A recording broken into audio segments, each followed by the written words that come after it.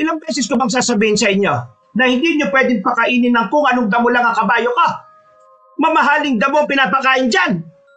Sino ba kasi nagsabi na magpunta kayo sa koral, ha? Hindi naman kayo nagpapakain doon, ha? Sino? Ang sabi kasi sa amin ni Tonton, kami na lang daw muna ang magpakain kasi may inutos daw kayo sa kanya. Oo nga, may inutos ako sa kanya. Pero hindi ibig sabihin nun, susunod kayo sa kanya. Sino bang amo nyo? Siya ba o ako? Pasensya na ho kayo, Doña Magda. Akala kasi namin makakatulong kami sa kanya at sa inyo. Wala naman po kasi siyang iniwan na damo gaya ng sinasabi ninyo. Kaya napilitan na lang kaming pagpakain ng nagdadahilan ka pang sira ulo ka. Alam mo ba kung anong kalagayan ngayon ng kabayo kong yun? Nagtatae. Kapag may nangyari doon, nako, malilintikan din kayong dalawa sa akin. Palibhasa mga hindi nakapag-aral kaya mga walang alam. Mga hampas lupa. Naiintindihan ko naman po ang galit ninyo, Doña Magda. Pero hindi naman po siguro tama na tapakan nyo ang pagkatao namin. Ano sa tingin mo ang tama? Hayaan na lang kayo sa katangahan ninyo? Ganun ba? Hindi naman ho. Ang akin lang naman po napag-utusan lang din po kami. Nagmagandang loob lang din. Hindi naman po namin ginustong magkaganito. At isa pa po, Doña Magda, dapat magalit din po kayo kay Tonton. Hindi niya man lang kami sinabihan na hindi pala basta-bastang damo ang pinapakain sa kabayo ninyo. At nakikisabat ka bang palamunin ka? May sinabi ba ako magsalita ka? Sobra na po kasi kayo, Doña Magda. Kung itrato nyo kami, para kaming mga daga na walang karapatang igalang. Yan na ba sa tingin mo ang kagayan ninyo? Di ba mga daga lang naman kayo? Huwag naman po kayong ganyan. Hindi porke mas nakakaluwag kayo sa buhay ganyan na kayo sa amin. Matuto po sana kayong makipagkapwa-tao. Kasi, Ano? Kapal ng mukha mong sabihan mo ako ng ganyan? O hindi nasampal kita? Sasabihan mo ako kung paano kayo itrato? Hanggat nandito kayo nagtatrabaho, hawak ko mga buhay ninyo.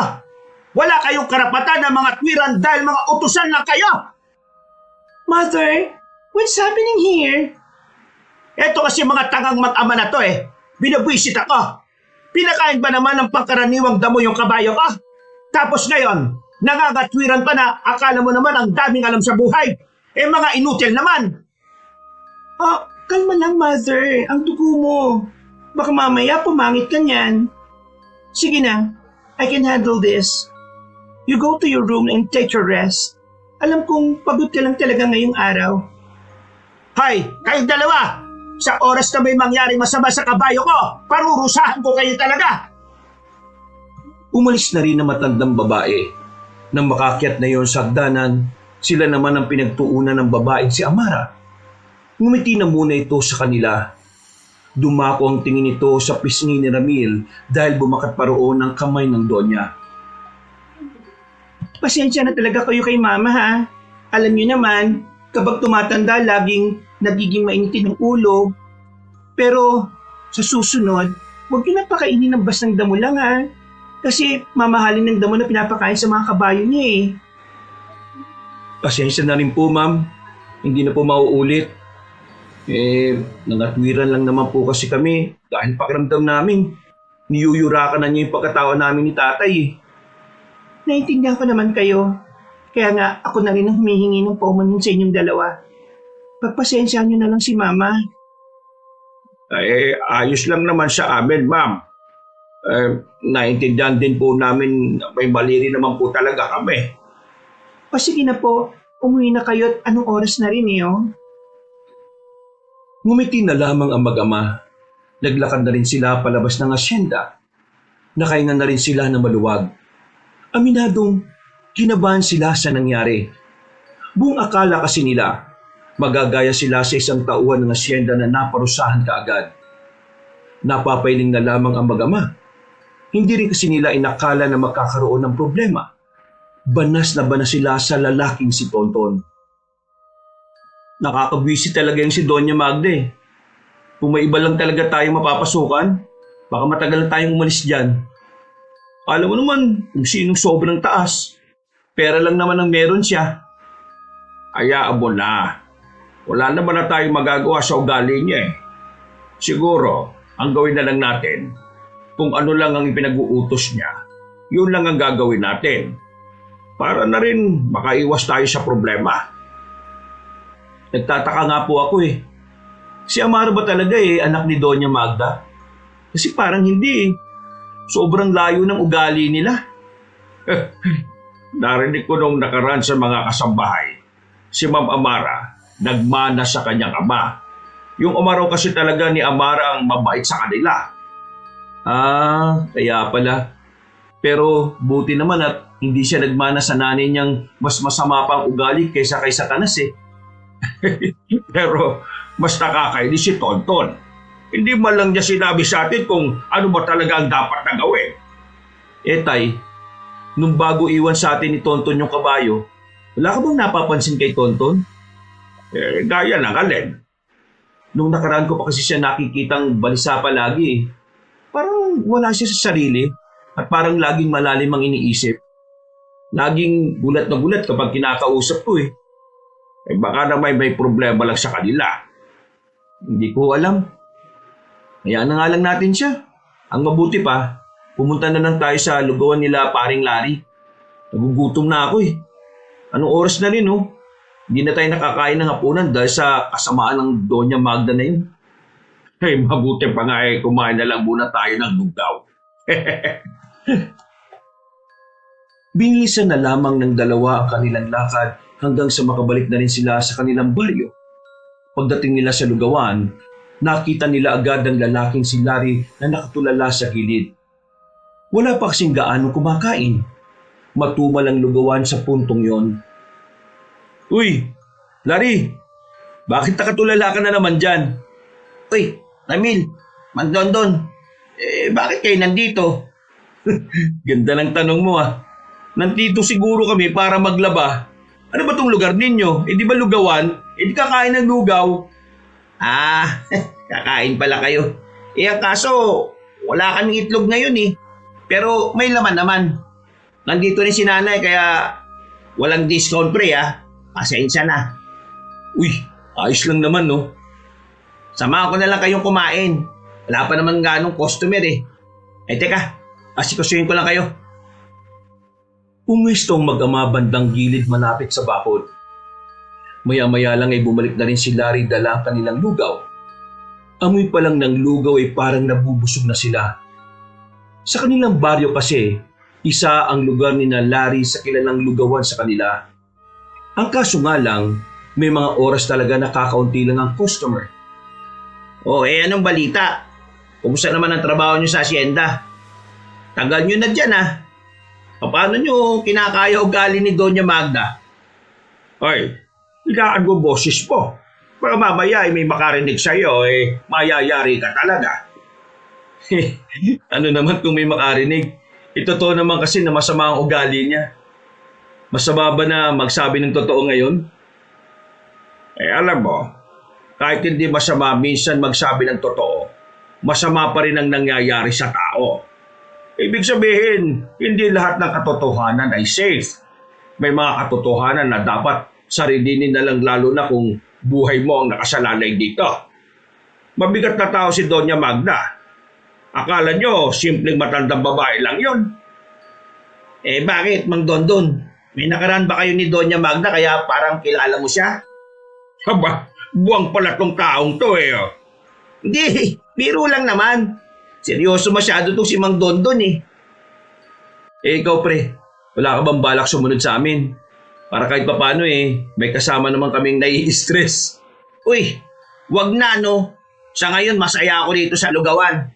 Pero baka sa susunod na buwan, mag-Maynila na ako. Isasama ako ng chewing ko sa construction site Mas maganda ron kaysa dito. Mababa bigayan. Kung sa bagay, tama naman. Pero huwag kang papa-influensya sa mga tao dun Uso-bisyo dun Hindi naman may iwasan ng bisyo. Pero ang maganda rito, marunong akong mag-control. Sira ulo. Mas maganda na rin yung iiwasan mo na kaagad. Siya nga pala, Larry. Hindi naman siya naghihimasok Pag mo sanang mamasamain. May gusto lang sana akong itanong kaso parang medyo personal ito eh. Kung tinanong mo na kagad kaya, Tay, Ano nga ba yun, Mang Dondon? Yung tsahin mo, si Nilda. Nakita ko nung nakaraan. Bakit siya naka-isolate sa bahay nila? tumingin-tingin muna si Larry sa paligid. Nang masigurong walang ibang makakarinig, saka na nito sinabi kung ano ang nalalaman nito. Di ba, sa sunod na buwan ng panganganak ni Tia Nilda, ang totoo kasi niyan, kaya siya hindi pinapalabas ng bahay kasi merong aswang na nakaka-interes sa sanggol na dinadala niya. Ha? Teka. Ano ka mo? Aswang? Inaano lang ang boses mo. Marinig ka ni nanay sa loob. Hindi kasi namin to sinasabi sa iba kasi baka mas lalong umaligid yung aswang kapag nalaman niyang marami nang nakakaalam. Ang ibig ko sabihin, kapag alam na ng lahat, baka magmadali yung aswang na kunin yung gusto niya kay Tia Nilda. Kaya pala nung nakaraan nakita ko yung asawa niya. Kalahating sako ng bawang yung dala-dala eh. Kailan pa ba bumalik yung mga aswang na yan? Sa pagkakatanda ko sa kwento ng mga senior citizen, 2 dekada na nung huling may namataan na aswang dito sa atin Ang sabi naman ng albularyo na nakausap nila nanay, yung mga aswang daw hindi naman daw nawawala. Nagpapahinga lang. Hindi ko alam kung anong ibig sabihin ng albularyo na yun. Basta, ganun daw. Kumusta naman pala ngayon yung tiyahin mo? Ayun, bagot na bagot. Gusto nang makalabas pero hindi siya pinapayagan ng asawa niya. Kahit kasi umaga, kwento niya parang may sumusunod sa kanya Kaya delikado rin talagang maging kampante kahit dirikang araw. Kung sa bagay. Ang gawin niyo, palibutan niyo ng pangontrang bahay ng tiyahin mo. Ewan ko na lang kung makapasok pa yung siraulong aswang na yon. Tay, ano ba itsura ng aswang? Aba, hindi ko rin alam, no? Hindi pa rin naman ako nakakakita ng ganyan. Pero, base sa mga naririnig ko, nakakatakot na raw. Ang sabi nila, may iba't ibang uri daw ng mga aswang. Pero itong maaligid kay Tia Nilda, isa raw tik-tik. Lalaking may kakayahang mag-anyong tao. Pero kapag nag-anyong aswang, mahaba daw yung dila. Tapos, yung dulo ng dila niya, may talim na parang kasintalas ng blade. Yun daw ang pinanghihiwa nila sa tiyan ng buntis Tapos, mahaba rin ang kuko. Namumula ang mga mata at maitim ang balat. Mukha pala talagang halimaw ang mga yan no? Nakakatakot naman pala. Kaya nga, sana nga mawala na yung aswang na umaligid kay Tia. Kasi, delikado talaga ang buhay niya. Sa pagkakamali lang na maiwan siyang mag-isa sa bahay nila, nakto, kahit umaga, baka pasukin siya ng aswang. Naiba na ang usapan nila nang may dumating na customer. Iniwan na muna sila ni Larry para asikasuhin ang mga yun. Maya-maya pa ay natapos na rin sila kumain. Umuwi na lamang din sila sa kanilang bahay. 10:00 na ng gabi, nakakaramdam na rin ng antok ang mag-ama. Kaya naman, sinimulan ng isara ni Ramil ang maliit nilang bintana. Pati na rin ang kanilang pintuan na yari lang din naman sa pinagtagpi-tagping kawayan. Mahirap lang ang buhay na mag-ama. Naghirap sila ng tuluyan ng ma-ospital ang ina ni Ramil. Nagkanda baon-baon sila sa utang. At nang mabayaran naman nila lahat, dito na sila nahirapang makabangon. Tay, hindi niyo po ba namimiss si nanay? Anong klaseng tanong yan? Malamang, miss na miss ko lang nanay mo. 2 taon na siyang wala sa atin pero pakiramdam ko kahapon lang nangyari ang lahat. Ito naman kasi nanay mo, pasaway kasi. Ayaw alagaan ang sarili. Ayan, nauna na tuloy. Pero sa totoo lang hanggang ngayon, hindi pa rin ako nakakausap kapag naiisip ko siya. Pasensya na tay Napaalala ko pa tuloy. Ay nako, ayos lang. Mas maganda nga na inaalala natin siya kasi baka mamaya magalit na siya sa atin kasi baka iniisip niyang nakalimot na tayo. Tay, ikaw, alagaan niyo sarili niyo. Kasi kapag ikaw nawala, wala na akong kasama. Kaya nga ikaw, kailangan mo na rin humanap ng mapapangasawa. Kasi, paano nga kung mawala ako? Malungkot ang mag-isa, anak. Kaya habang nandito pa ako, lumandi ka na. Gusto ko makita yung magiging apo ko. Kung makapagsalita naman to, parang mamamatay na eh. Hoy, hindi natin kontrolado ang buhay ha. Kaya dapat palagi tayong handa. Hindi na nakasagot pa ang binatang si Ramil. Mga ilang minuto lang din, narinig na niyang humihilik ang kanyang ama. Napangiti na lamang din siya at saka kalaunan ay nakatulog na rin. Kinaumagahan ay agad na rin silang naghanda. Kailangan na nilang magpunta ng asyenda. Marami silang gagawin doon dahil kinagabihan may darating na bisita si Doña Magda. Sa pagkakaalam ng mag-ama, may mga negosyanteng dadalaw sa mansyon. Sa mga ganoong okasyon, kailangan naroon sila dahil malamang sa malamang maraming utos ang nag-aabang sa mga kagaya nila. Pagpasok nila ng asyenda, tumungo agad sila sa malawak na hardin. Maraming tuyong dahon ang nasa lapag na kailangan nilang linisin. Narinig ko hanggang dito yung boses ni Doña Magda. Sino na naman kaya pinagagalitan ng matandang yun? Baka si Tonton. Sana naman hindi maparusahan si Tonton. Kawawa naman yung taong yun. Mag-isa na lang sa buhay yun eh. Akala ko ba may lola siya sa Maynila? Hindi niyo ba nabalitaan nung nakaraan? Wala naman pala siyang lola. Sinabi lang daw niya yun para tanggapin siya rito. Hindi pa nga yata alam ni Doña Magda na nagsinungaling siya tungkol dun eh. Naging desperado na siya para lang makapagtrabaho. Ay nako, gulo yan kapag nalaman. Ayaw na ayaw pa naman ni Doña Magda yung sinungaling. Sinimulan na lang ng dalawa ang kanilang trabaho. Makalipas lang ang halos 20 minutos, natapos na rin nila ang kanilang ginagawa. Nagpunta naman sila sa ibang parte ng asyenda. Tumungo sila sa taniman ng mga strawberry at iba pang mga prutas. Tutulong sana silang mag-ani ng mga tanim doon, pero nakita sila ni Amara. Magandang umaga po, Ma'am Amara. May ipag-uutos po ba kayo? Ikaw lang, Ramil. Isa lang naman ayos na. Mang Dondon, tuloy niyo na lang po yung ginagawa niyo, ha? Sige po ba? Ma'am, ano po palang may paglilingkod ko sa inyo? May mga ipapabuhat lang sana ako sa iyo sa bodega. Mabigat kasi eh. Hindi ko kaya. Tara, sumunod ka sa akin. Wala ka na bang kakilala na pwede ipasok dito sa asyenda? Mukhang magkukulang na naman kasi tayo ng tao eh.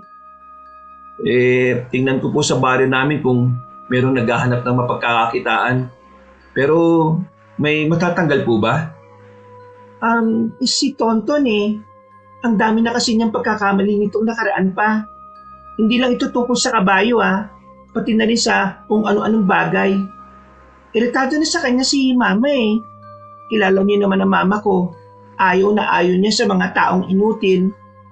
Naku, kawawa naman si Tonton. Ramil, sa buhay, ang mga mahihina at mababagal ang palagi na pag-iiwanan. Malupit ang mundong to. Kaya kung sino talaga ang walang kakayahang makasabay sa mga nauna at sa mga malalakas, sila ang laging nawawala. Ganon naglalaro ang buhay. Ang tangi lang natin magagawa, kumilos tayo ng naaayon sa layunin natin bilang tao at magpakabuti tayo bilang mamamayan. Ayos ba? Oo, ayos po. Ang galing po ng mga salita ninyo eh. Naku, nambola ka pa. Oh, eto na. Ito mga lamesa na ito, ilalabas lang natin. Dapat ma'am, nagtawag pa tayo ng isa. Para kaming dalawa na lang ang magbuhat. Mabibigatan pa po kayo niyan eh. Hindi na, tayong dalawa na lang. Itong mga lamesa kasi na ito, antigo yan. Hindi namin pinapahawakan yan sa kung sino-sino. Bakit po sa akin pinapahawakan nyo? May tiwala naman ako kasi sa'yo. Alam ko una pa lang na maaasahan kayo ni Mang Dondon. Napangiti na lamang sa kanya ang babae. Napangiti na lang din si Ramil. Sobrang nagagandahan siya sa mukha ng babaeng amo. Kung hindi nga lang malaki ang agwat ng antas ng kanilang pamumuhay, baka nagkaroon na siya ng pagtingin dito. Ang kaso, langit si Amara at lupa lang naman siya. Pinagtulungan nilang ilipat ang 3 mahaba at antigong lamesa. Medyo nahirapan sila dahil mahina ang puwersa ni Amara. Pero makalipas ang halos 1 oras ay natapos na rin nila yon. Nang bumalik sila sa bodega, merong nakita si Ramil na isang comics. Nakakalat lang yun sa lapag. Nabasa niya ang pamagat. May nakalagay na aswang. Ma'am, hindi naman po sa pagiging feeling close po Pero naniniwala po ba kayo sa aswang? Ako? Hindi ko alam. Pero nagbabasa ako ng mga comics na gaya niyan. Matagal na yan. High school pa lang yan, binabasa ko na. Bakit mo pala naitanong? Wala lang po. May nakita kasi akong comics. Iniisip ko na interesado rin kayo sa mga bagay na mahirap ipaliwanag. Maayos naman nilang natapos ang kanilang ginagawa. Kahit na papaano ay nakapagpahinga na rin habang umiinom ng sabaw ng buko. Nakaupo si Ramil sa nakatumbang puno ng nyog, habang ang dalagang si Amara naman ay nakaupo sa lumang silya. Mabuti na lahat hindi ka umalis dito kahit na masungit ang mama ko. Kasi ma'am, kailangan ko rin talaga ng pera Hindi namin kakayanin ni tatay kung siya lang ang mag-isa. Alam mo, bibihira lang ang mga taong kagaya mo. I mean, di ba yung ibang lalaki dyan, puro papogi lang ang alam? Pero ikaw, nagsisikap ka sa buhay. Baka po kasi marami na silang pera. Ako po kasi wala, kaya trabaho lang talaga. Huwag mo na nga akong tawaging ma'am kapag tayong dalawa lang naman ang magkausap. Sige po ma'am. Amara. Pero bakit niyo po ako kinakausap? Ibig ko sabihin, di po ba hindi dapat nakikipag-usap ang mga kagaya niyo sa mga kagaya namin? Grabe ka naman. Hindi naman kasi ako ganon. Alam mo, sa yaman ng pamilya namin, wala kaming ganong kaibigan. Ang angkan kasi namin, hindi nagtitiwala sa mga tao.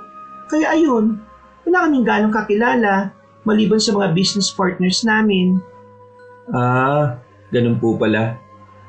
Kaya gusto kitang tanungin, pwede ba kita maging kaibigan? Po? Ako po? May nakita ka bang ibang tao dito? Hindi niyo naman po kasi ako kalibel Wala naman akong pakialam sa antas ng pamumuhay. Gusto ko lang maranasan maging simpleng tao. Yung merong kaibigan. Baka po kasi magalit si Doña Magda Hindi naman natin ipapaalam na magkaibigan tayo, no? So, friends? Inilahad ng dalaga ang kamay. Agad naman nakipagkamay si Ramil sa babae. Noong mga sandaling yon, hindi makapaniwala si Ramil na nahawakan niya ang kamay ng dalaga. Matapos ang sandaling yon, tila nabuo na ang kanyang araw. Nagtataka nga sa kanya ang ama niya dahil masyado siya masaya.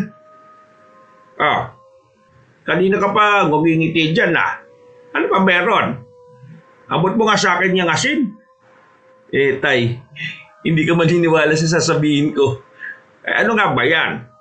Magkaibigan na kami ni Ma'am Amara. Ano? Magkaibigan na kayo? Paano nangyari yan? Hindi naman kasi masama ang ugali ni Ma'am Amara. Kanina kasi, tinulungan ko siya na magakot ng lamesa palabas. Tapos, ang dami na namin napag-usapan. Tapos sa dulo, nakipagkaibigan siya sa akin. Tinanggap ko na. Lugi pa ba ako nun? Hoy, tigilan mo yan. Mas malabo pa sa sabaw ng pusit yung pinagsasabi mo. Nako, hindi ka papatulan yan. Tayo naman, magkaibigan lang naman kami. Hindi mo ako maloloko, no? Alam ko matagal mo nang pinagpapantasya niyang si Amara na yan. Alam ko naman yan. Masaya lang naman ako kasi kahit papano may naging kaibigan ako na kagaya niya. Hindi ka ba masaya? Masaya naman ako. Inaalala lang naman kita. Alam mo naman ang pamilya nila, hindi ba? Allergic sila sa mga hampas lupang kagaya natin. Sa oras na malaman ni Doña Magda yan, ay nako, siguradong kawawa ka. Hindi naman ho niya malalaman. Paano kung nalaman niya? Napalingon na mag-ama sa bintana at nakita nilang naroon ang lalaking si Larry. May dala-dala itong tokwa na agad din namang inabot ni Ramil. Uy, pambihira ka naman. Kanina ka pa ba dyan? Hindi naman, kararating ko lang. Pero dinig na dinig ko kasi boses mo sa labas pa lang kaya narinig ko pinag-uusapan nyo. Uy, salamat dito sa tokwa. Wala ba kayong tinda? Meron, kaso pinaalis na ako ni Mami. Sumasakit daw ulo niya kapag ako naroon sa halip ng kapatid ko. Bakit? Ano ba nangyari? Nasuklihan ko ng 1,000 yung customer sa halip na 100 lang. Nako, naduling na naman kasi ako. Nako, kahit ako mama mo baka pinalayas na kita.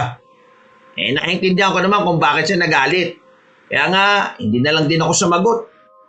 Pre, ano pala balita sa tiyahin mo? Pansin ko, napapadalas ang tanong mo tungkol kay Tia. May gusto ka ba sa tiyahin ko? Sira ulo. Naalam ko lang kung inaaswang pa rin ba Ganun pa rin naman. Hindi pa rin naman siya pinapalabas. Kagabi nga, naramdaman na naman ni Tia na may nag-aabang sa kanya sa labas. Nang labasin ng Tia ko, wala namang ibang nakita roon kundi puting na itim. Anong sabi ng albularyo? Hindi makakontak, pre. Wala kaming balita sa kanya. Kung dalhin nyo na lang kaya sa Maynila yung tiyahin mo. Ang mga aswang naman ayaw naman niya sa matataong lugar, di ba? Dalhin nyo sa Maynila. Maingay doon at magulo. Subukan lang ng aswang na lumitaw sa syudad, tsak patay siya. Kung pwede nga lang talaga sa Maynila. Ang kaso, hindi pwede. Oh, bakit naman hindi pwede? Yan kasi si Tia, maraming pinagkakautangan niya sa Maynila. Kaya nga narito sa probinsya yan para magtago Ay, nako, yun lang. Napapailing na lamang si Larry. Maya-maya lang din ay nagpaalam na lang din to sa mag-ama. Sabay namang kumain si Ramil at Mang Dondon. Pagkatapos, malapad na naman ang ngiti ni Ramil habang naghuhugas ng pinggan. Naiisip na naman ito ang dalagang si Amara. Kapag naalala niya ang pawisang mukha ng babae, hindi niya maiwasang hindi mapahanga. Kinabukasan, walang pasok sa asyenda ang mag-ama sa araw na yun. Gusto pa sana ni Ramil na humilata hanggang hapon pero bigla siyang ginising ng kanyang ama na kagagaling lang sa palengke. Oh, ano ba yun? Aga-aga nanggigising ka Wala naman tayong pasok, di ba? Alam mo ba kumakalat na balita ngayon dito sa atin? Naku naman, chismis ka agad. Kalalaki niyong tao, tay Hindi ito chismis. Totoo itong nangyari. Kumakamot ba sa ulo si Ramil? Sandali nitong pinunasan ng damit ang muka at saka naupo sa gilid ng kanyang papag. O sige, ano yung kumakalat na balita? Yung albularyo na nag-asikaso sa tiyahin ni Larry. Kaya pala hindi na makontak kasi patay na pala. Nang marinig ni Ramil ang sinabing yun ng kanyang ama, ay napaayos siya ng pagkakaupo. Nawala ang antok niya. Nakaramdam siya ng pagkabahala sa hindi malamang dahilan. Sigurado ba kayo dyan? Oo, nakausap ko kanina ang nanay ni Larry. Siya mismo nagsabi sa akin. Natagpuan daw yung bangkay ng albularyo sa makakaibang parte ng gubat. Lasog-lasog daw Ano ho? Hiwa-hiwalay? Oo, hiwa-hiwalay.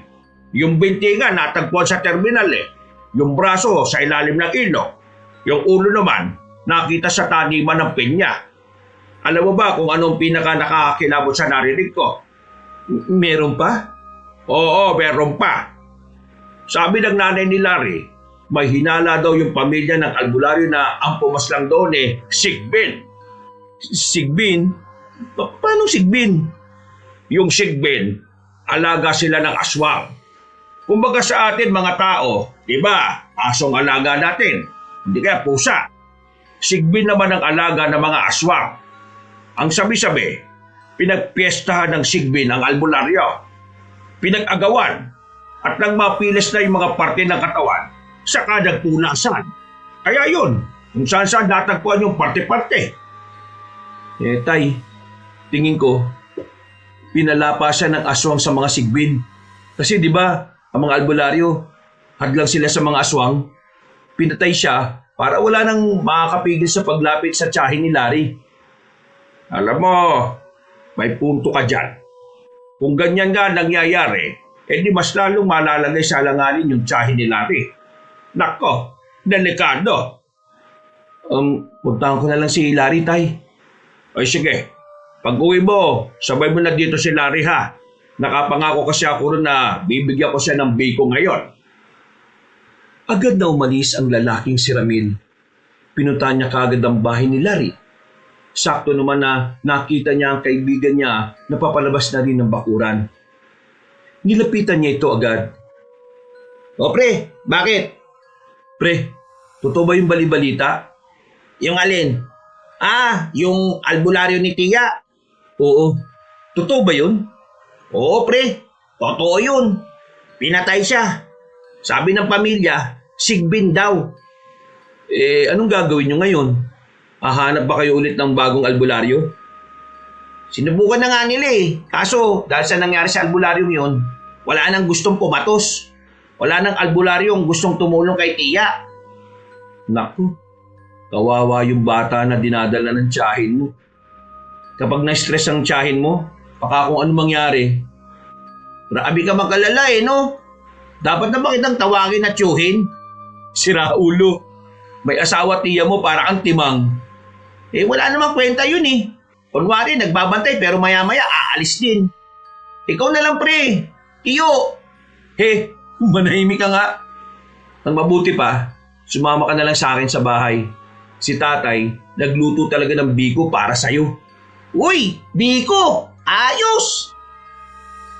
Sa kabila ng mga kababalaghan na kumakalat sa kanilang lugar, naging masaya naman ang buong maghapon ni Ramil noong mga sandaling yun. Nalibang siya sa pakikipagkwentuhan kay Larry. Pagsapit naman ng gabi, nakatanggap si Mang Dondo ng mensahe mula sa asyenda na kailangan nilang magpunta. Merong pinapatapos si Doña Magda sa kanila. Pambira naman tong cellphone na ito, namatay. Hindi ko pa nababasa yung buong text ni Panin kung anong gusto ipagawa sa atin ng Donya. Ang nabasa ko lang may ipapatapon. Hayaan mo na lang kasi yung cellphone mong yan. Bulok na yan Lumang model na rin. Tara, punta na lang natin sila sa asyenda. Baka kailangan talaga ng tao. Para maalis ang pagkabagabag nila, pinunta na lamang nila ang asyenda. Pagdating nila roon, may mga nakita silang mga tambak ng basura sa gilid ng bodega. Sa malayo pa lang ay nangangamoy na. Naroon din ang iba pa nilang kasamahan. Yan yata yung naipong basura nung may bisita si Doña Magda Wala si Manang Paring Nasa kaya yung isang yon? Paglapit nila roon, ay agad nilang isinakay ang mga basura sa truck na nasa labas lang na asyenda. Malayo-layo pa ang kanilang nilakad bago mailabas yun. Sanay na sanay naman ang mag-ama sa ganung uri ng trabaho kaya ayos lang sa kanila. Saglit lang naman sana sila sa asyenda sa ganung oras. Hindi rin naman kasi mahirap ang trabaho nila. Napatagal lang sila sa paghahanap ng lugar doon na maaari nilang paghugasan ng kamay.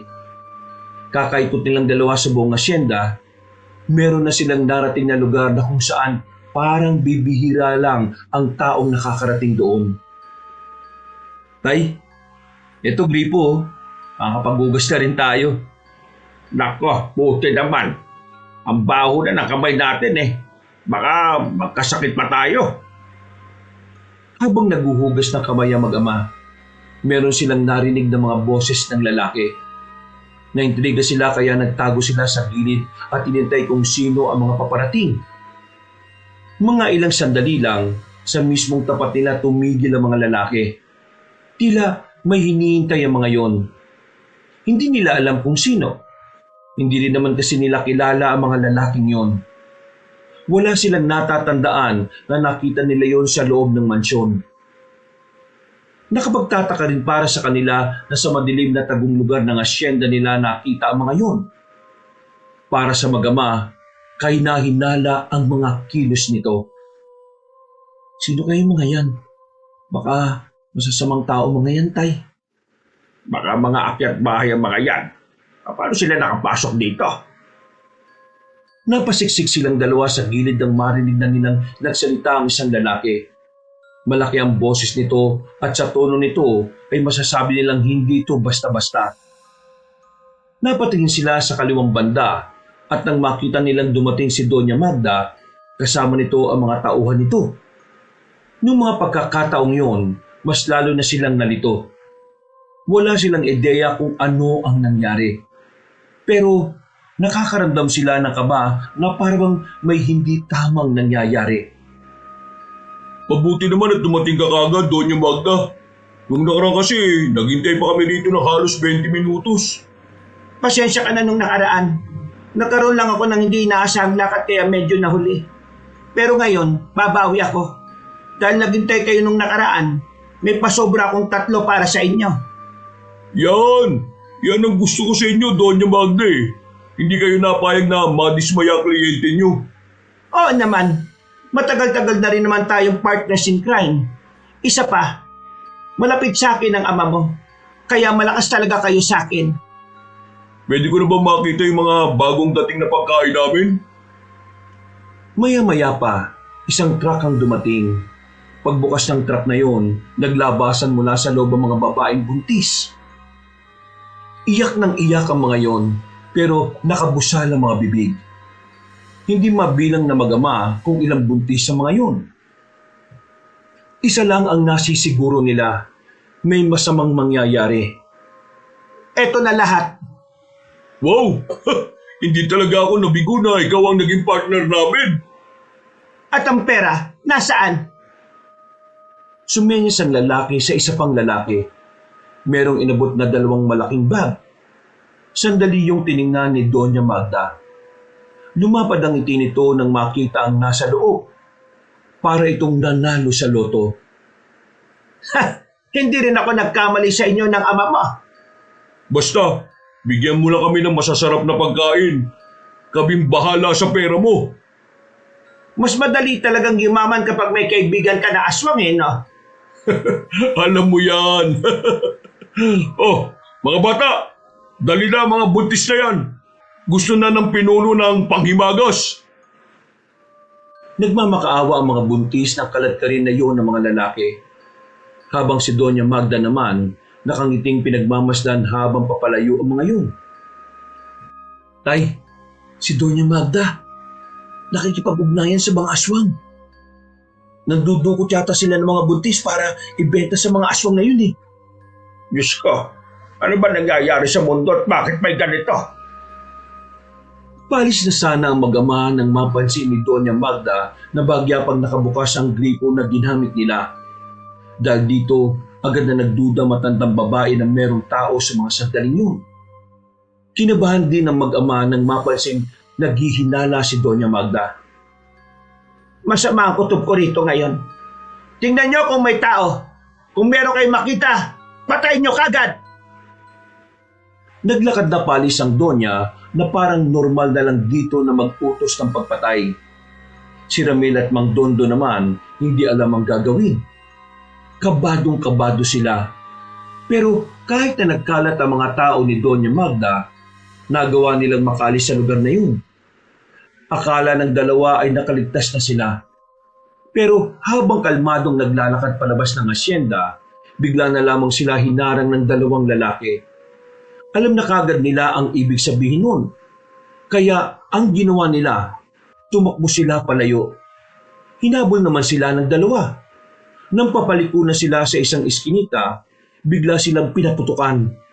Buti na lamang ay hindi sila tinamaan. Ay, nabulabog na yung iba. Marami nang humahabol sa atin. Pulset, hindi pa tayo nakakalabas ng asyenda. Dun, sa bandang yun, akyatin natin yung pader. Sige, mauna ka. Kayo na, mahirapan kang umakyat pag-isa kasi matanda ka na. Aalalaya kita. Aba, loko ka. Sige na, tay. Hindi na nakipagtalo pa ang matanda. Sumampa na ito sa balikat ng binatang si Ramil. Nang makakyat na ito sa pader, Si Ramil naman ang nagsumikap na makakyat doon. Hinubad ni Mang Dondon ang kanyang damit at saka inaabot kay Ramil. Nagawa namang mahila si Ramil paitaas. Muntikan lang itong matamaan ng bala. Nang makalagpas na sila sa pader na yon, tinahak nila ang masukal na kagubatan. Wala silang ibang madadaanan kundi yun lang. Hindi man nila alam kung saan patungo ang direksyon na yon. Ang mahalaga na lamang sa mag-ama ay mailigtas ang kanilang sarili. Tay, nasa likuran na sila ulit. Hinahabol nila tayo. Sige na, mauna ka na. Ang bagal ko kasi. Balo ka ba, Tay? Hindi kita iiwan, no? Ilang beses silang pinaputukan ng mga kalalakihang humahabol sa kanila. Pero dahil maraming puno roon, hindi sila matamaan ng mga yon. Nakarating sila sa ilog. Malakas ang agos ng tubig, pero wala silang madaraanan kundi yun lang. Kaya naman, kahit na alam nilang medyo peligroso, isinugal nila ang mga sandaling yon. Nang nasa gitna na sila ng tubig, bigla na lamang silang natangay. Hindi na sila nagawa pang habulin ng mga armadong lalaki. Dahil na rin sa makailang ulit na pagtama ng mag-ama sa batuhan, nawalan na rin sila ng malay. Maya-maya, nagkamali na lamang ang mag-ama na nasa gilid na sila ng ilog. Masakit ang katawan, pati na rin ang ulo nila. Nasaan na tayo, Tay? Hindi ko alam. Pero dito tayo dinala ng agos. Ayos ka lang ba? Opo, Tay, ayos lang ako. Ikaw, wala bang masakit sa'yo? Wala. Masakit ang buong katawan ko. Pero buti na lang walang malalang nangyari sa atin. Marahang bumangon ng dalawa. Nakahawak pa sa balakang ang matandang si Dondon. Si Ramil naman ay medyo nahihilo pa. Sinuyod nila ng tingin ng paligid. Napapalibutan sila ng matataas na puno. Tingin mo, Tay, malayo na kaya tayo sa asyenda? Sana. Sana malayo na nga tayo. Ang problema nito, kung makakauwi pa ba tayo sa atin? Ngayong alam na ni Doña Magda na may alam tayo sa iligal niyang gawain, siguradong hindi naligtas ang buhay natin. Yan nga din ang iniisip ko eh. Ang lupit naman ang nangyayari sa buhay natin, Tay. Mahirap na nga tayo, nalagay pa tayo sa ganitong sitwasyon. Marahil may plano ang Panginoon kung bakit nararanasan natin ang lahat ng ito. Pakiramdam ko, may kailangan tayong gawin eh. Kailangan gawin? Isumbong sila sa pulis? Lahat ng pulis dito sa probinsya natin pwedeng bayaran ng Donya eh. Ikaw na rin nagsabi, big time na kalaban si Doña Magda. Saka na nga natin muna isipin yan. Ang isipin natin ngayon, kung paano tayo makakalis dito. Hindi natin alam kung saang lugar ba ito. Umupo na lamang ang dalawa sa batuhan. Nilalamig na sila. Bukod sa basa ang kanilang suot, bigla pang lumakas ang ihip ng hangin. Pumunta na lang siguro tayo sa Maynila. Wag kayong umalis sa probinsyang ito. May kailangan kayong gawin dito. Nang marinig nila ang mahiwagang tinig na yon, ay napatayo ang mag-ama. Takang-taka, nakakaramdam sila ng takot at kaba. Pakiramdam nila ay merong engkanto na nakatingin sa kanila. Dumampot ng bato si Mang Dondon, paulit-ulit na sinusuyod ang paligid. Sino ka? Magpakita ka! Kalma lang kayo. Hindi naman ako kaaway. Sa katunayan, ako ay isang kakampi. Paano naman namin masisiguro kung kakampi ka? Hindi ka nga namin kilala eh. Oo nga, magpakilala ka. Para sa kapayapaan ng inyong isip, ipapakilala ko ang aking sarili. Ako si Tubaol, ang bathala ng kagubatan na nasa inyong harapan. Anong pangalan mo? Tubaol ang aking pangalan. Tubol? Anong tubol? Ang sabi ko, Tubaol, hindi tubol. Nasaan ka ba? Bakit ayaw mo magpakita? Ako mismo ang kagubatan. Kaya ibig sabihin lang nito, ako ay nasa inyong harapan. Boses lang ang naririnig namin sa iyo eh. Hindi kami maniniwala. Ano pa ba ang gusto niyong marinig? Gusto niyo bang marinig kung papaano ko kayo murahin? Bakit ba ang daldal niyo? Hindi niyo man lang ba aalamin kung ano ang nais kong sabihin? Nagkatinginan na mag-ama. Naintriga rin sila sa kung anuman ang pakay sa kanila ng misteryosong boses. Sige, sabihin mo kung anong kailangan mo sa amin. Narito ko para tulungan kayong maprotektahan ang inyong sarili kontra sa mga aswang at pati na rin sa mga mortal na kagaya ninyo. Bibigyan ko kayo ng proteksyon at sandata. Kakibat ng proteksyon at sandata na ito ay ang responsibilidad na kailangan niyong tanggapin. Kailangang tanggapin? Ano to, sa pilitan? Wala nang ibang mortal ang karapat-dapat. Kayo lamang dalawa. Dahil sa pagiging busilak ng inyong puso, dahil sa kabutihan na inyong tinataglay, kayo ang napili ng langit at kalikasan. Teka lang naman. Sinasabi mo bang magiging tagapagligtas kami? Kakalabanin namin ang mga aswang na yon? Tama ka sa sinabi mo, iho. Magiging tagapagligtas kayo ng bayang ito. Yun ay kung tatanggapin nyo ang aking inaalok. Pero mas maganda kung tatanggapin nyo kasi wala na akong ibang mahahanap na kagaya ninyo. Paano kung ayaw namin? Kung hindi namin tinanggap? Kung sakali mang inyong tatanggihan ang tungkulin na ito, habang buhay kayong makukonsensya, matitiis nyo bang may mga mapapahamak na tao kahit na meron naman kayong magagawa? Tingin ko hindi.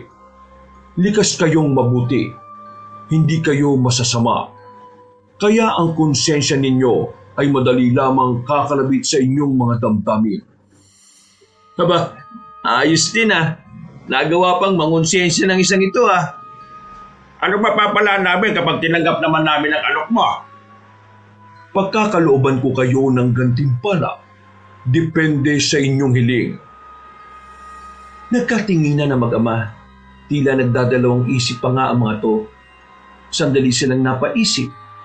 Pinag-usapan nila ng maigi ang bagay na yon. Batid nilang hindi rin basta-basta ang hinihiling sa kanila. Pero sa bandang huli, nakapagdesisyon na rin ng mag-ama. Papayag na kami sa gusto mo. Ituro mo lang sa amin kung ano ang mga gagawin namin para makalaban ang mga aswang na yon. Maaari ko bang malaman kung ano ang dahilan at bakit tila yata nagbago ang inyong isip? Naku, duda ka pa yata eh. Naisip ko na kung tatanggapin namin ang inaalok mo, mas magiging ligtas kami ng anak ko. Kaligtasan ng anak ko ang iniisip ko. Isa pa, kailangan din namin ng gantimpala na sinasabi mo kasi gusto naming makaaho na sa kahirapan eh. Wala na bang ibang dahilan? May iba pa ba na dapat kong sabihin? Kung yun na ang mga dahilan ninyo ay aking igagalang. Ngunit sa paglipas ng panahon, saka nyo lamang mapagtatanto ang pinakadahilan kung bakit nyo kailangang pigilan ng kasamaan. Dahil pumayag na kayo, hali kayo at pumasok sa kagubatan. Ipapakita ko sa inyo ang sandata na inyong gagamitin. Sinunod ng dalawa ang sinabi ng mahiwagang boses. Noong mga sandaling yon, hindi nila maintindihan kung bakit parang wala silang nararamdamang kaba. Para bang komportable lang sila kahit na alam nilang hindi normal na nagsasalita ang kagubatan. Kaunting lakad lang ang kanilang ginawa. Meron silang narating na isang bahay na yari sa bato. Merong pintuan na may malaking kandado ang pinto. Kunin ninyo ang susi sa iyong bulsa, Dondon. Pagkapa ni Mang Dondon sa kanyang bulsa, nakita niya roon ang isang susi na kulay puti. Nagtataka man, sinunod na lamang nito ang sinabi ng boses. Pagbukas ni Mang Dondon ng pintuan, isang malakas na liwanag ang sumalubong sa kanila. Espada at palakor. Yan ang mga sandatang lulupig sa kasamaan. Ikaw, Ramil, kunin mo ang espada. Ikaw, Dondon, ikaw naman ang magmamay-ari ng palakol. Dinampot nila ang kanilang sandata. Parang normal na sandata lang ang mga yon dahil wala man lang silang naramdamang kakaiba nang hawakan nila ito. Sa gilid niyan ay buksan niyo ang maliit na baul. Nariyan ang anting-anting na magiging gabay sa inyong paglalakbay sa mundo ng pakikipagsapalaran. 2 kwintas ang naroon. 2 kwintas na merong palawit na buwan at araw. Ang buwan ay kunin mo, Ramil. Ang araw naman ay kunin mo, Dondon. Isuot niyong dalawa yan. Pagsuot nila ng kwintas, bigla na lamang silang nangisay para silang kinukuryente na ewan. Halos 1 minuto rin silang ganon. Nang mahimasmasan, hindi na nila naramdaman ang sakit na katawan nila. Tila naghilom na rin lahat ng lamog na nararamdaman nila. Anong nangyari sa amin? Bakit hindi na masakit ang katawan namin? At bakit tuyo na itong suot namin? Kayong dalawa ay muling isinilang bilang mga tagapagligtas. Ngayon, anong gagawin namin? Ang bahay na inyong kinalalagyan ay ang bahay na magiging inyong tahanan. Nasa loob ng bahay na yan ang mga bagay na kailangan niyong malaman. Basahin niyo ang mga librong nariyan. Kayo lamang ang makakatulong sa mga sarili ninyo para maging mahusay kayong mandirigma. Kailangan ko na magpahinga hanggang sa muling pag-uusap. Paalam. Teka, sandali! Nawala na ang maiwagang tinig ng mga sandaling yon. Naiwan na lamang sila sa loob ng bahay na yon na takang-taka pa rin sa mga nangyayari. Tiningnan nila ang mga libro. Nakapaloob doon ng tungkol sa mga aswang at mga bagay na dapat nilang matutunan sa pakikipaglaban. Bihira. Ang daming libro dito pero wala man lang pagkain. Hoy, Tubol! Kung naririnig mo ako, baka naman pwede mo kaming bigyan ng pagkain. Hindi na niya tayo maririnig. Tingin ko bumalik na siya kung saan siya naroroon. Pero ang sabi niya, siya mismo ang gubat na ito Maghanap na lang tayo ng prutas o gulay dyan sa labas. Marami namang halaman at puno dito. Napailing na lamang si Ramil.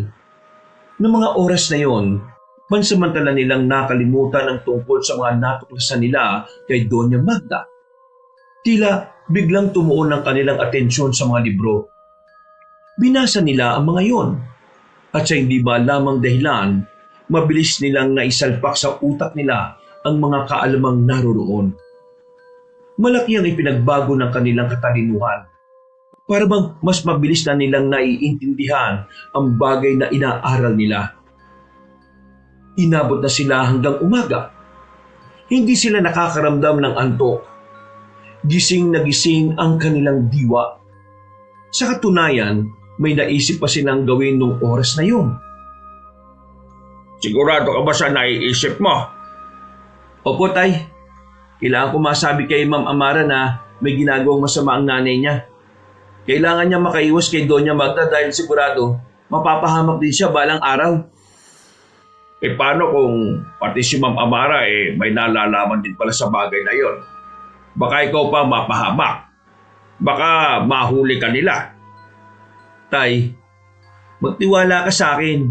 Kaya ko to. Ngayong may sandata na tayo at proteksyon, hindi na natin kailangan pang matakot, no? Isa pa, ginagawa natin to para sa tungkulin na ibinigay sa atin.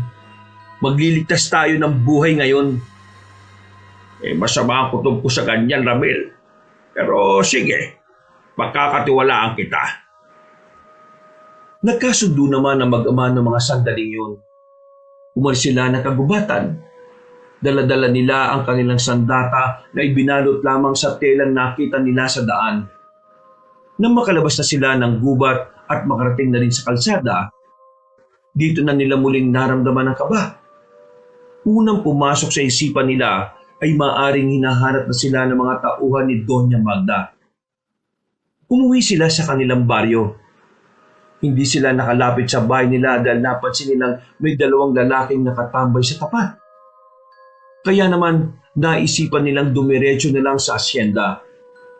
Kakausapin nila ang babaeng si Amara.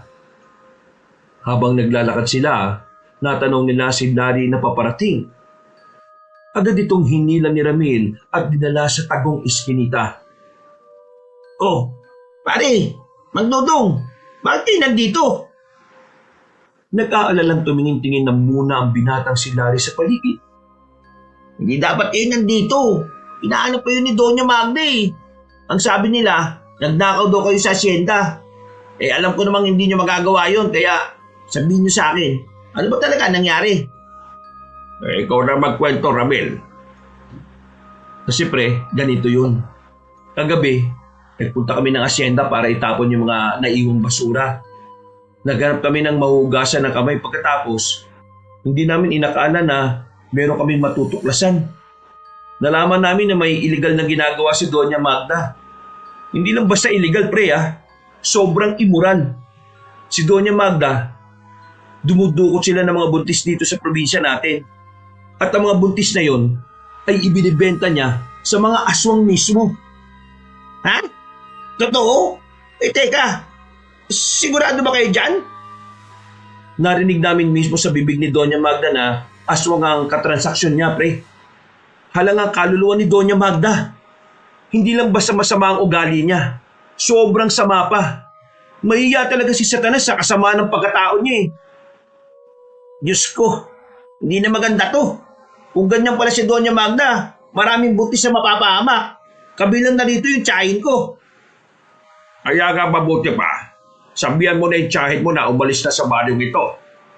Hindi magtatagal ay isa na rin siya sa mga buntis na bigla na lang mawawala. Maraming salamat sa pagpapaalala nyo. Eh kayo, saan kayo pupunta? Bakit ganyan ang outfit nyo? Ano yung mga dala nyo? Ay naku, mahabang kwento pre. Sasabihan na lang kita kapag ayos na ang lahat. Sa ngayon, kailangan naming mapuntahan si Ma'am Amara. Larry, kung sakaling malagay sa panganib ang buhay mo at ang pamilya mo, sabihan mo lang kaming dalawa ha. Opo, maraming salamat po, Mang Dondon. O sige na pre, aalis na kami. Tinapik na lamang ni Ramil sa balikat ang kanyang kaibigan. Maingat ang ginawa nilang pagpunta sa asyenda. Pagdating nila roon, may mga tauhan ng pagala-gala sa loob pero dahil malaki ang asyenda, nakahanap naman sila ng ibang madadaanan. Mukhang wala na makakita sa atin dito. Tama itong dinaanan natin. Kakaliwa tayo dyan.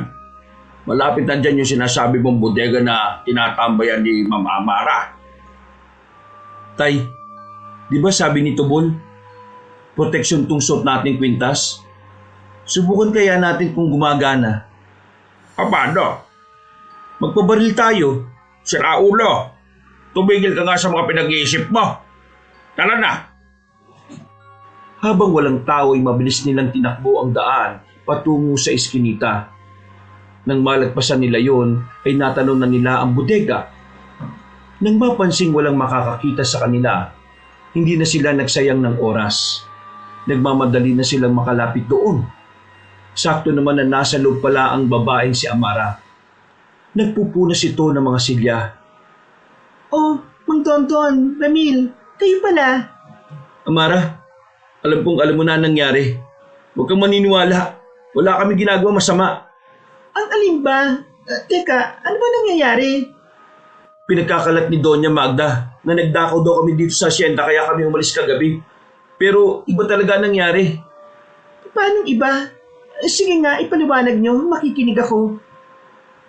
Natuklasan kasi namin na may ginagawa masama si Doña Magda. May ginagawang masama? Teka, parang hindi naman yata tama ito. Alam kong nasusungitan kayo ni Mama pero... Pero Amara, totoong sinasabi ko.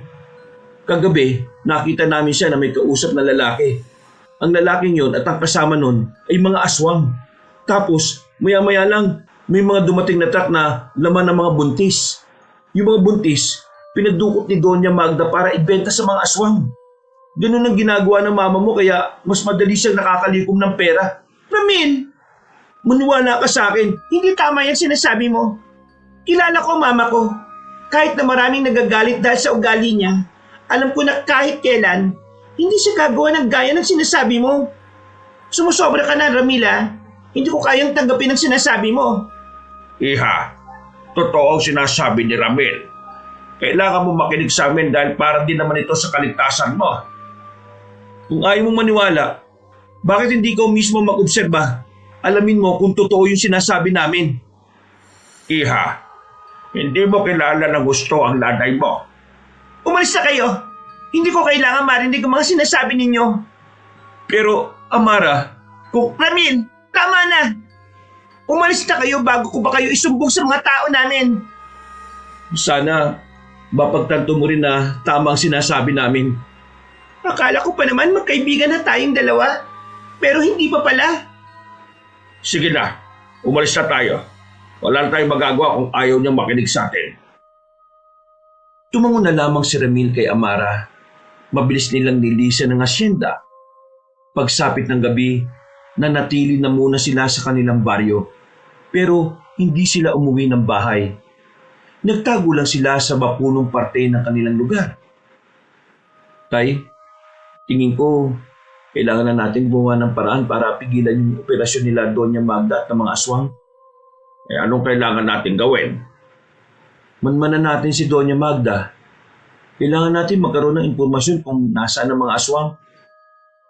Sumang-ayon ng kanyang ama. Nung gabing yon, bumalik na muna sila sa kagubatan. Ilang araw nilang pinagplanuhan ang kung paano nila mamanmanan ang matandang si Magda. Sa loob ng 1 linggong pagbuntot kay Doña Magda, nalaman na rin nila sa wakas kung saan naglulungga ang mga aswang. Doon din madalas na nagpupunta si Doña Magda para sa ilan itong transaksyon. Isang gabi, Tay, handa ka na ba? Ako pa talaga tinanong mo. Ikaw kung handa ka na ba? Handang-handa na ako, Tay. Pero sana, matuwa sa atin si Tobol. Sinisimulan na natin ang misyon. Habang naglalakad sila palabas ng kagubatan, bigla na lamang lumakas ang hangin. Kasunod nito ay narinig nila ang tinig ng bathala ng kagubatan. Hindi ka ba talaga marunong makinig sa tamang pangalan? Tubaol ang pangalan ko, hindi Tubol. Oh, nandiyan ka pala. Paalis na kami. Pupuntahan namin yung kuta ng mga aswang. Masusubukan na rin namin ang sandata at anting-anting na bigay mo sa amin. Mag-iingat kayo sa inyong lakad. Mag-iingat din kayo sa pagbibigay ng tiwala. Maaring merong magtaksil sa inyo. Sino naman? Kung may nalalaman ka, sabi mo na kagad sa amin, di ba? Kung alam ko lang kung sino, edi sinabi ko na nga.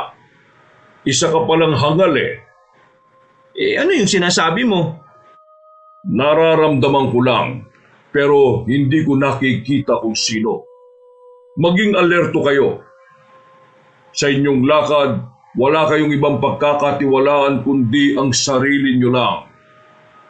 Sige ho, makakaasa kayo. Gagawin namin ang makakaya namin para magawa ng maayos ang tungkulin na ito.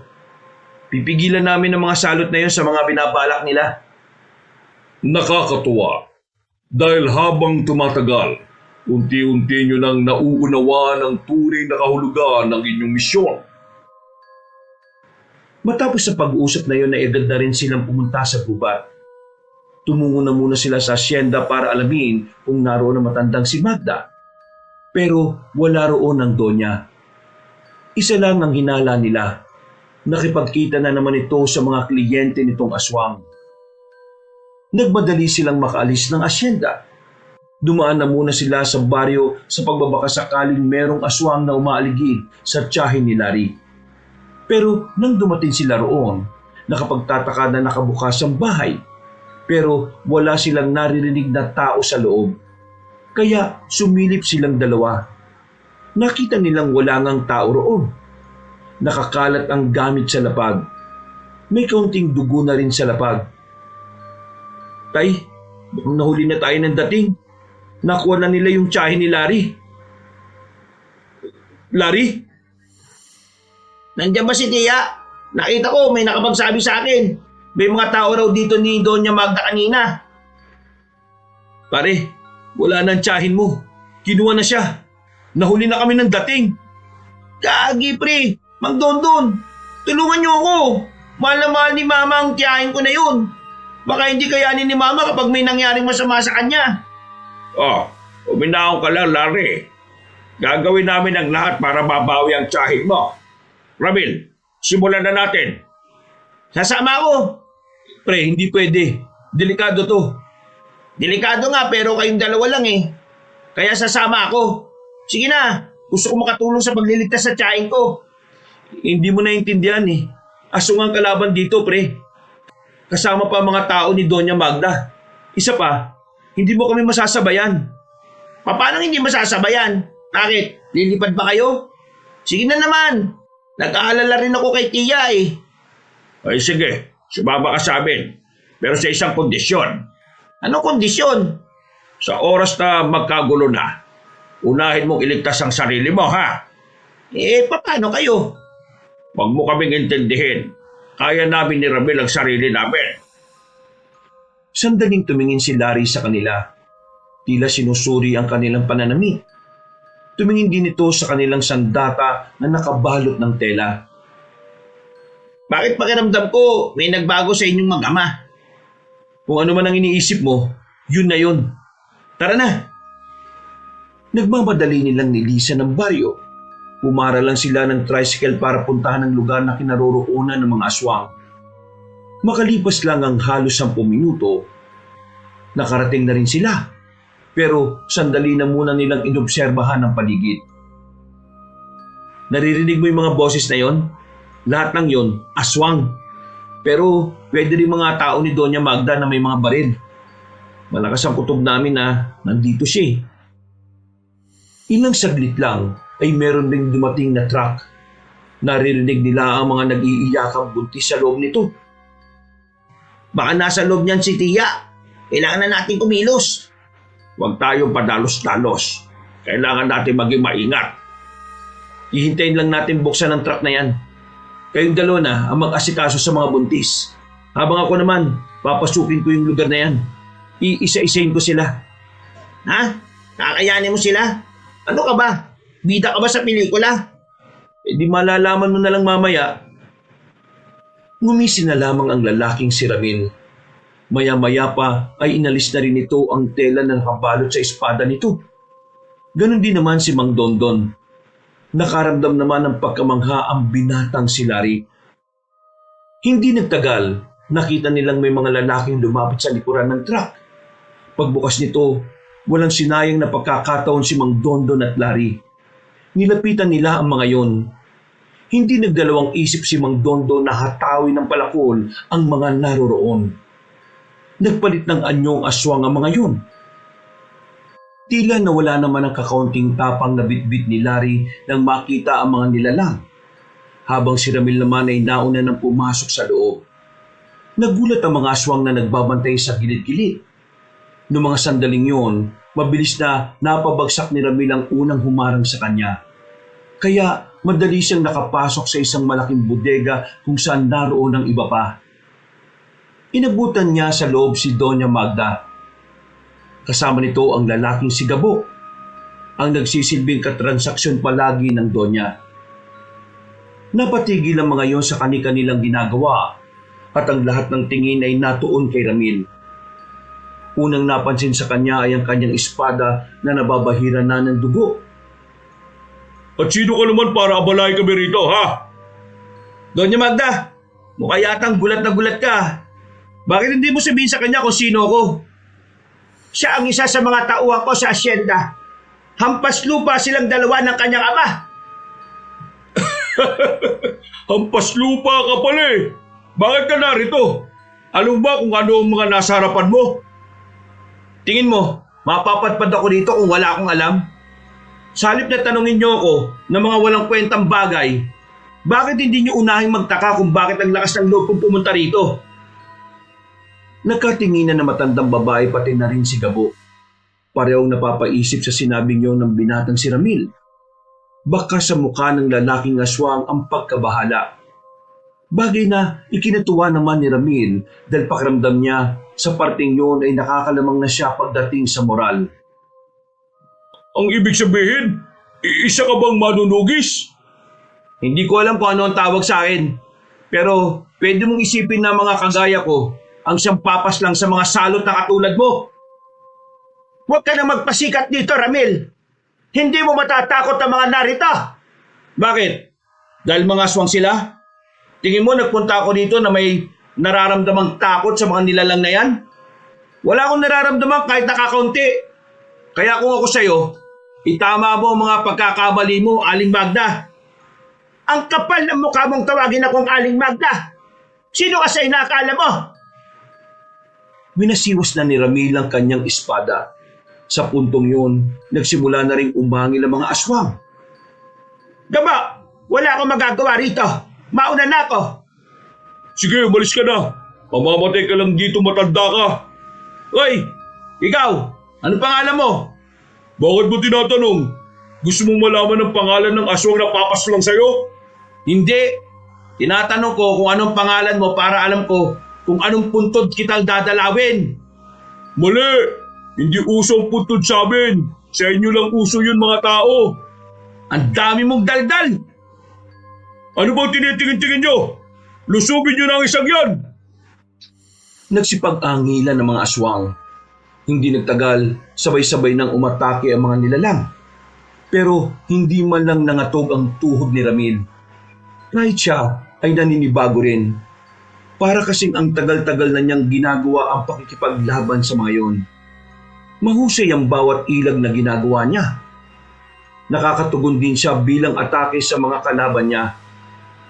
Noong mga sandaling yon, nabigla si Gabo sa pinapakita ni Ramil.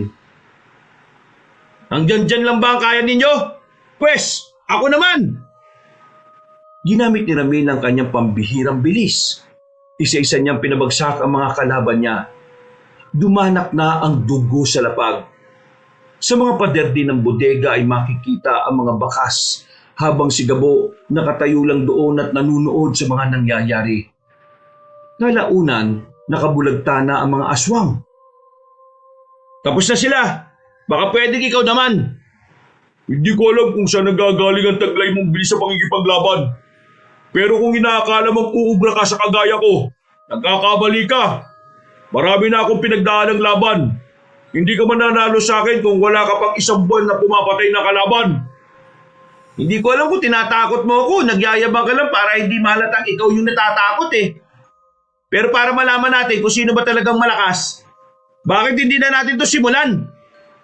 Tikman mo ang galit ang prinsipe ng mga gabunan! Humaba ang buhok ng lalaki at naging kulay puti, habang ang buong katawan naman nito ay umitim. Tila may mga umusliling buto sa iba't ibang parte ng katawan nito. Aminadong lalaking si Ramil na nabigla siya sa kanyang nasaksihan. Yung kasi ang unang pagkakataon na nakakita siya ng ganong klase ng aswang. Nang umatake ang gabunan sa kanya, hindi niya yon napaghandaan. Sobrang bilis. Hindi niya namalaya na nakalmutan pala siya nito sa likod. Sa kanya na lang nalaman ng maramdaman niya ang hapdi. Magbabayaran mo ang pagdugi sa karangalan ng mga aswang! Nahawakan siya ni Gabo sa kwelyo at saka hinila ng malakas. Binalibag siya sa dingding ng bodega. Nalaglagan pa si Ramil ng mga nakapatong na galon. Hindi pa nakontento si Gabo. Hinila ulit ni Ramil palayo roon. Binalibag ulit sa kabilang banda. Sa mga oras na ito, alam na ni Ramil kung hindi siya gagawa ng kakaibang galaw, hindi siya makakaahon sa laban na yun. Tumingin siya sa paligid at naghahanap siya ng pwede niyang gamitin. Nang papalipit na ulit si Gabo, biglang dinampot ni Ramil ang bote sa gilid. Binato niya yun ng malakas at tinamaan naman ang gabunan sa muka. Sinamantala naman ni Ramil ang pagkakataon. Mabilis siyang bumangon at sinuntok niya ng ilang ulit ang mukha ng gabunan. Heto pa! Pagsuntok niya sa mukha nito, tuluyan ang tumilapon si Gabo sa mga galon. Pinatulog naman ni Ramil ang kanyang mga daliri sa liig, parang wala lang nangyari. Kinakabahan ako ng kaunti. Akala ko. Biglang nakabangon si Gabo at mabilis na nakalapit. Dinakma nito ang mukha ni Ramil. Nang maramdaman ni Ramil na humihigpit ang pagkakahawak ng aswang, sinipan niya naman ng malakas sa pagitan ng hita si Gabo. Dahil dito ay muling napadistansya si Gabo. Tila naramdaman nito ang ginawa ng binata. Basag na yung itlog mo! Hindi ka na magkakaroon ng anak, no? Ginagalit mo talaga akong mortal ka! Ilabas mo na ang lahat ng kaya mong gawin. Huwag nating tapusin ang gabing ito nang walang mawawala sa ating dalawa. Muling umatake si Gabo. Noong mga sandaling yon, alam na ni Ramil ang mga galawan ng aswang nakaharap niya. Nabasa na niya yon, kaya bawat lusob nito sa kanya ay madali niyang naiiwasan. Alam mo bang hindi ko pa nagagamit ang anting-anting na dala ko? Ano sinabi mo? Lahat ng ginagawa ko, wala pa sa kalahati ng meron ako. Ha! Mayabang ka rin ano? Pasensya ka na ha. Kahit ako rin naman eh. Hindi ko alam kung bakit ako nag-aangas sa laban na to. Hindi naman kasi ako mayabang eh. Pero pakiramdam ko, masarap ang ganitong ugali. Lalo na kapag aswang ang katapat. Si Ramil naman ang sumunod na umatake. Tinatag niya ng suntok ang kanyang kalaban. Sa mga naunang sandali ay nagagawa pang makailag ni Gabo. Hindi nagtagal, sumunod-sunod na rin ang tama nito. Bugbog sarado na si Gabo. Hindi na umuubra ang pagiging gabunan nito. Galit na galit si Gabo sa nangyayari. Hindi ito makapaniwala ng isang kagaya lamang ni Ramil ang magpapaluhod sa tuhod niya. Marahil nakakalabang ka ngayon. At kung sakaling mapaslang mo man ako ngayong gabi, hindi ka naman uubra sa pinuno ng mga aswang. Walang-wala ka sa kanya. Hindi ka tatagal kahit na 1 minuto. Kahit anong sabihin mo, kailangan mo nang tanggapin ang katotohanan na mamamatay ka na. Mababawasan na ang mga aswang na nagdudulot ang perwisyo sa mga tao.